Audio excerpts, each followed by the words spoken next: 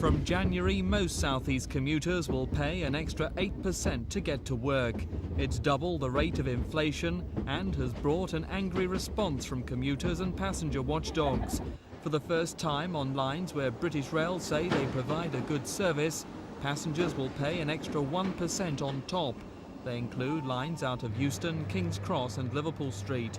But passengers on the notorious Fenchurch Street line will only pay 5% more because services are so bad.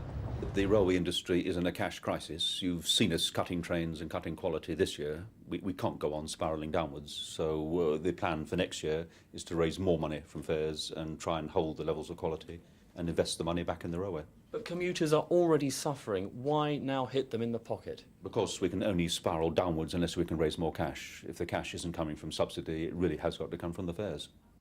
For the service you get, I don't think they can really justify it. Disgusting. Dirty trains, bad service. I think they've got a cheek. You don't get anything for nothing in this life.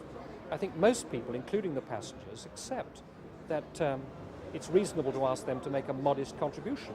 Now, for British Rail, where it's possible to distinguish fare increases line by line, it does make sense for there to be a lower increase, 5% for example, on the London, Tilbury and Southend line, and a higher increase, 8.9%, for example, on the line to Huntingdon, where the services have been greatly improved.